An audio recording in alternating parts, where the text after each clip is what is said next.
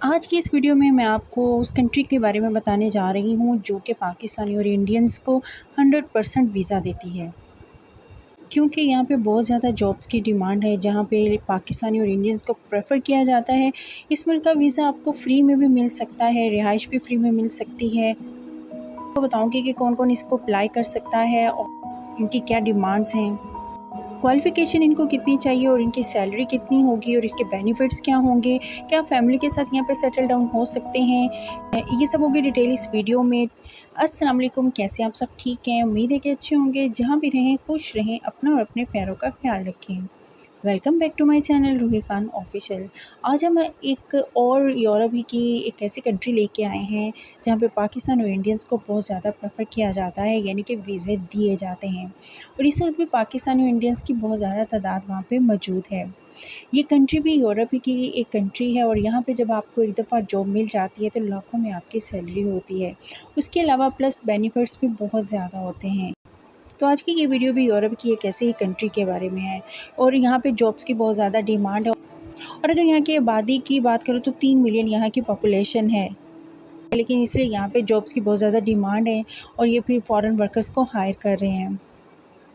जो इंसान भी एक दफ़ा यहाँ पे चले जाता है उसकी कोशिश होती है कि वो अपनी फैमिली को भी यहाँ पे सेटल डाउन कर ले। और बहुत सारे लोग इस वक्त पाकिस्तान इंडिया से वहाँ पे सेटल डाउन भी हैं, क्योंकि यहाँ पे जो एजुकेशन है, यहाँ का जो कल्चर है वो भी बहुत ज़बरदस्त है, जिसकी वजह से लोग फैमिली के साथ मूव करना पसंद करते हैं।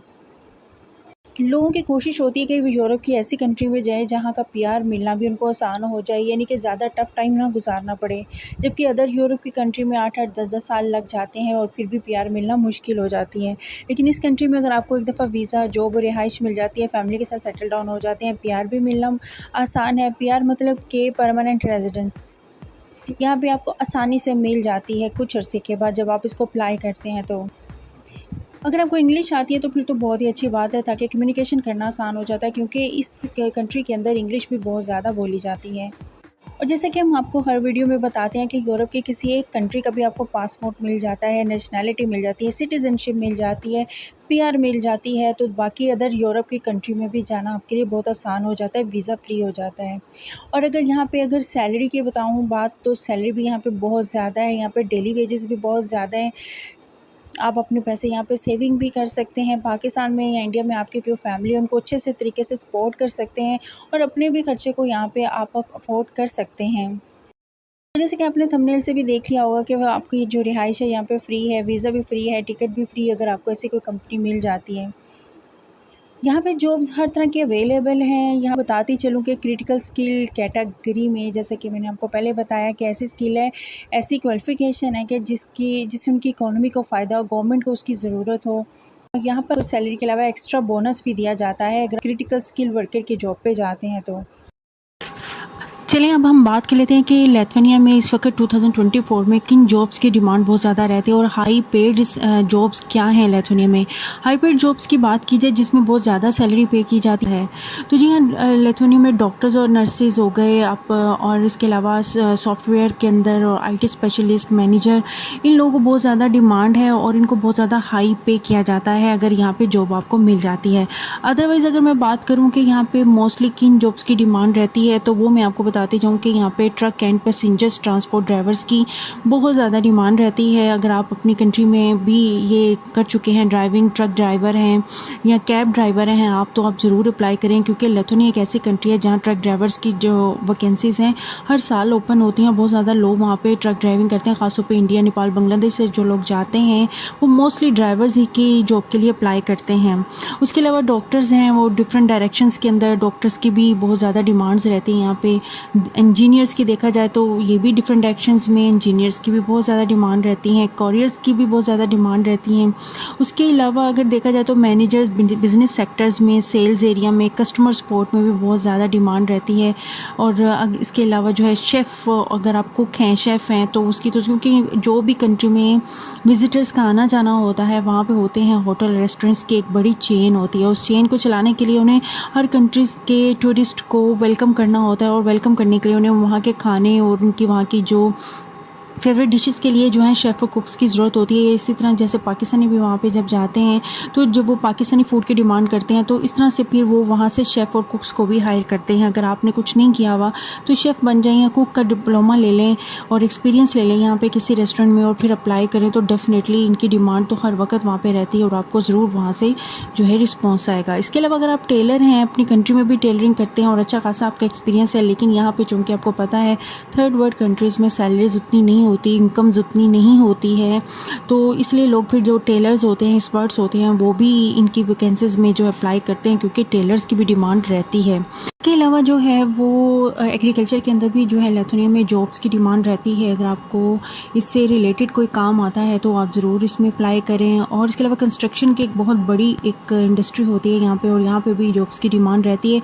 अगर आप मार्बल फिटर हैं, वेल्डर हैं, प्लम्बर हैं, तब भी आप यहाँ पे ज़रूर अप्लाई करें। कंस्ट्रक्शन से रिलेटेड जो भी इलेक्ट्रिशियन है आप, अगर आपको काम आता है, एक्सपीरियंस है आपके पास, तो आप ज़रूर अप्लाई करें। अब हम बात कर लेते हैं कि लिथुआनिया के जो वीज़े की जो फ़ीस है, यानी कि डी टाइप वीज़े की जो फ़ीस है वो क्या है। तो इसकी जो फ़ीस है 120 यूरो होती है और अप्लाई करने का तरीका होता है ऑनलाइन जब आप अप्लाई करते हैं तो आपको एप्लीकेशन फॉर्म डाउनलोड करना होता है। अपने जो नेसेसरी डॉक्यूमेंट्स होते हैं जब आप वेबसाइट पे जाएंगे उसके अकॉर्डिंग, जैसे कि पासपोर्ट पिक्स हो गई, आपका हेल्थ सर्टिफिकेट हो गया, कैरेक्टर सर्टिफिकेट हो गया, उसके अलावा जॉब एक्सपीरियंस से रिलेटेड आपका जो भी एक्सपीरियंस लेटर्स एंड सर्टिफिकेट्स हैं वो अपने अटैच करने होते हैं और वो आपने सबमिट कर देने होते हैं वीज़ा फ़ीस के साथ। तो इस तरह से अगर मैं बताऊं कि इसका वीज़ा कितनी देर में आपको रिस्पॉन्ड आ जाता है तो ये 2 से 3 हफ्ते के अंदर जो है आपको रिस्पॉन्स ज़रूर डेफिनेटली आ जाता है जब आप अप्लाई करते हैं। अब अगर बात कर ली जाए कि एम्बेसी कहाँ है इसकी, तो एम्बेसी इसकी इस्लामाबाद में है। अगर आप पाकिस्तान से अप्लाई करते हैं तो आपने इस्लामाबाद जाके इसकी एम्बेसी में जब आपको जॉब ऑफर लेटर आ जाता है तो बाकी के जो डॉक्यूमेंट्स होते हैं सबमिट करने होते हैं। अब अगर हम एज लिमिट की बात कर लें तो इनकी एज लिमिट मोस्टली नहीं होती है, यानी कि 45-50 ईयर्स तक आप जो है यहाँ पे अप्लाई कर सकते हैं।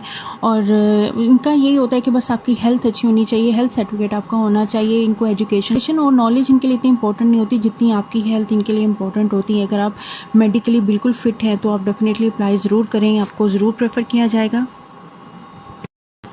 और अगर हम बात करें कि इनकी जॉब्स की अपडेशन कहाँ कहाँ पे होती है, तो इनकी जॉब्स की अपडेशन अगर आप इंडीड पे चले जाएं, लिंक्डइन पे चले जाएं, और इसके अलावा इनके कुछ जॉब पोर्टल्स होते हैं जहाँ पे जैसे ही कोई वैकेंसी आती है तो उन्हें अपडेट कर दिया जाता है और डेली की इनकी अपडेट होती है इनकी वेबसाइट्स के अंदर।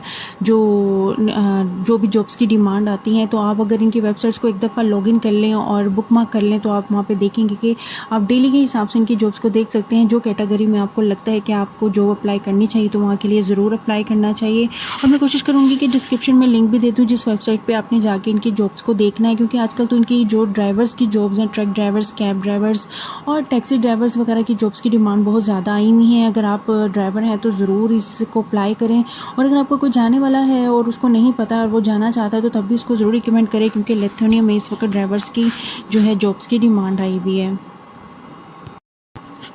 तो अब अगर हम बात कर लें कि लिथुआनिया में अनस्किल्ड वर्कर्स की कौन कौन सी जॉब्स हैं, यानी कि ऐसे लोग जो कि अनस्किल्ड हैं, जिनके पास कोई ख़ास हुनर नहीं है, तो उनकी लिथुआनिया में क्या डिमांड है। तो मैं आपको बता दूं कि लोडर्स, जैसा कि यहाँ पे पाकिस्तान में भी आप जब आपके पास कोई नॉलेज या कोई एक्सपीरियंस नहीं होता या एजुकेशन नहीं होती तो आप लोडिंग करते हैं, सामान की इधर से उधर लेके जाते हैं। और इसी तरह से लिथुआनिया में भी जो अनस्किल्ड वर्कर्स की कैटेगरी में लोडर्स की डिमांड रहती है, क्लीनर्स की डिमांड रहती है, यानी कि होटल, रेस्टोरेंट्स वगैरह में या डिपार्टमेंटल स्टोर्स, ग्रोसरी स्टोर्स, इनमें जो क्लीनर्स की जो कि क्लीन करते हैं उनकी सफाई करने वालों की ज़रूरत रहती है, मेड्स की ज़रूरत रहती है, हेल्पर्स की ज़रूरत होती है ना ऑफिस में। जैसे कि यहाँ पाकिस्तान में अगर आप इंडिया में काम करते हैं तो जैसे ऑफिस बॉय होता है, इस तरीके से अगर आप ये काम कर सकते हैं तो तब भी जो है आप एक दफ़ा लिथुआनिया को ज़रूर जो है कंसिडर करें।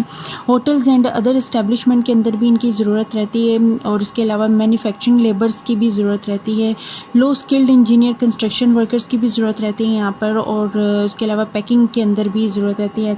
Unskilled mixed crop and livestock farm workers की भी यहाँ पे ज़रूरत रहती है, यानी कि एग्रीकल्चर के अंदर भी अगर आप कुछ भी कर सकते हैं तो आपको वहाँ पे जो फार्म वर्कर्स के तौर पर, जो कि जैसे कि कोई ख़ास सीज़न में कोई फ्रूट पिकिंग आ जाती है, यानी कि फल वगैरह तोड़ना, सब्जियाँ तोड़ना, तो इस तरीके से जैसे पाकिस्तान इंडिया में होता है इसी तरह वहाँ भी होता है।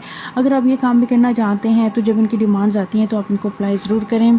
कीजिए कि फैमिली के साथ वहाँ सेटलमेंट की जा सकती है। तो जी हाँ, बिल्कुल फैमिली के साथ वहाँ सेटलमेंट की जा सकती है। 18 साल से कम उम्र के बच्चे आपके साथ वहाँ पे जो हैं आप उन्हें बुला सकते हैं वहाँ पे रहने के लिए। अब अगर बात की जाए कि लिथुआनिया का जो वर्क वीज़ा है वो किस तरीके से आप हासिल करते हैं, तो जैसे ही आपको कोई आप जॉब के लिए अप्लाई करते हैं, वहाँ पर अपने जो डॉक्यूमेंट सबमिट करते हैं, अपना यूरोपास CV आप जब उसके साथ सबमिट करते हैं, और अगर आपका CV और आपका एक्सपीरियंस अगर आपके एम्प्लॉयर को पसंद आ जाए तो वो आपको कॉल करते हैं, आपको कॉन्टैक्ट करते हैं, और अगर आप उन्हें सेटिस्फाई कर पाते हैं तो फिर वो आपको जो है जॉब ऑफ़र लेटर वहाँ से दे देते हैं।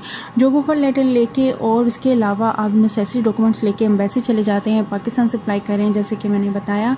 तो फिर आपकी एम्बेसी जो है इस्लामाबाद में है, और फिर उसके बाद आपको 2 से 3 हफ्ते के अंदर अंदर जो है उनका जो रिस्पॉन्स आ जाता है, वीज़ा लग के आ जाता है, आपका आ जाता है। तो ये वीज़ा मोस्टली यूजुअली जो है 1 साल के लिए आपको मिलता है। उसके बाद आप इसको रिन्यू भी करवा सकते हैं, जॉब फाइंड आउट मज़ीद कर सकते हैं, और इसी तरह से जब आपके जो है टाइम पीरियड पूरा हो जाता है तो उसके बाद आप PR भी अप्लाई कर सकते हैं, और फिर इस तरह से PR अप्लाई करते हैं और आपको पासपोर्ट मिल जाता है। और जब पासपोर्ट मिल जाता है, जैसा कि मैंने बताया कि लिथुआनिया के जो पासपोर्ट की इम्पोर्टेंस इस बात से आप लगा सकते हैं कि ये 6 नंबर पे रैंक करता है दुनिया में पासपोर्ट्स के अंदर। और उसके अलावा एक दफ़ा पासपोर्ट मिल जाता है तो आप 176 कंट्रीज़ के अंदर यानी 176 मुल्कों के अंदर वीज़ा फ्री ट्रैवल कर सकते हैं। इवन कि अगर आपके पास इसका पासपोर्ट आ जाता है तो फिर आप लंदन के अंदर भी वीज़ा फ्री जो है ट्रैवल कर सकते हैं। और अगर रेंडमली मैं आपको बताती चलूँ कि लिथुआनिया के वीज़ाज़ की कितनी टाइप्स हैं, तो जनरली मैं आपको बताऊँ कि इसके वीज़ाज़ की में ट्रांजिट वीज़ा आ जाता है, वर्क वीज़ा आता है, लिथुआनिया का स्टूडेंट वीज़ा, और उसके अलावा फैमिली वीज़ा। ये ज़्यादातर वीज़े जो है अप्लाई किए जाते हैं। ये लिथुआनिया जो है इस वक्त रिचेस्ट कंट्रीज़ में इसका शुमार होता है। ये 36 नंबर पर आता है लिथुआनिया की जो करंटली रैंक है इकोनॉमी के अंदर दुनिया भर में, वो 82 नंबर पर आता है। और लिथुआनिया को लेके एक complete video I hope so कि जो लोग यूरोप जाना चाहते हैं वो लिथुआनिया को ज़रूर कंसिडर करेंगे। स्पेशली ट्रक ड्राइवर्स की आजकल डिमांड्स बहुत ज़्यादा आई हुई हैं।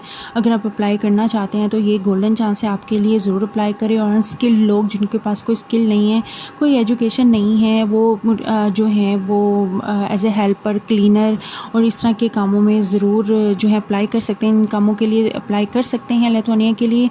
तो वीडियो की इन्फॉर्मेशन अच्छी लगी हो तो लाइक एंड शेयर ज़रूर करें, क्योंकि हम इतनी मेहनत से आपके लिए वीडियोस लेके आते हैं। और चाहें तो सब्सक्राइब किए बगैर मत जाइएगा। मिलते हैं नेक्स्ट वीडियो में नेक्स्ट वीज़ा यूरोप की किसी कंट्री की वीज़ा इंफॉर्मेशन के साथ, उन लोगों के लिए ख़ास तौर पर जिनके पास जो है डंकी लगाने के पैसे नहीं हैं और एजेंट्स को देने के लिए पैसे नहीं हैं, और वो चाहते हैं कि कम से कम पैसों में यूरोप की किसी कंट्री में चले जाएँ और जॉब हासिल कर सकें।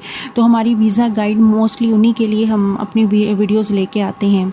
तो चैनल पर नए हैं तो सब्सक्राइब किए बगैर मत जाइएगा। मिलते हैं नेक्स्ट वीडियो में। टिल देन मुझे रखें दुआ में याद। अल्लाह हाफिज़।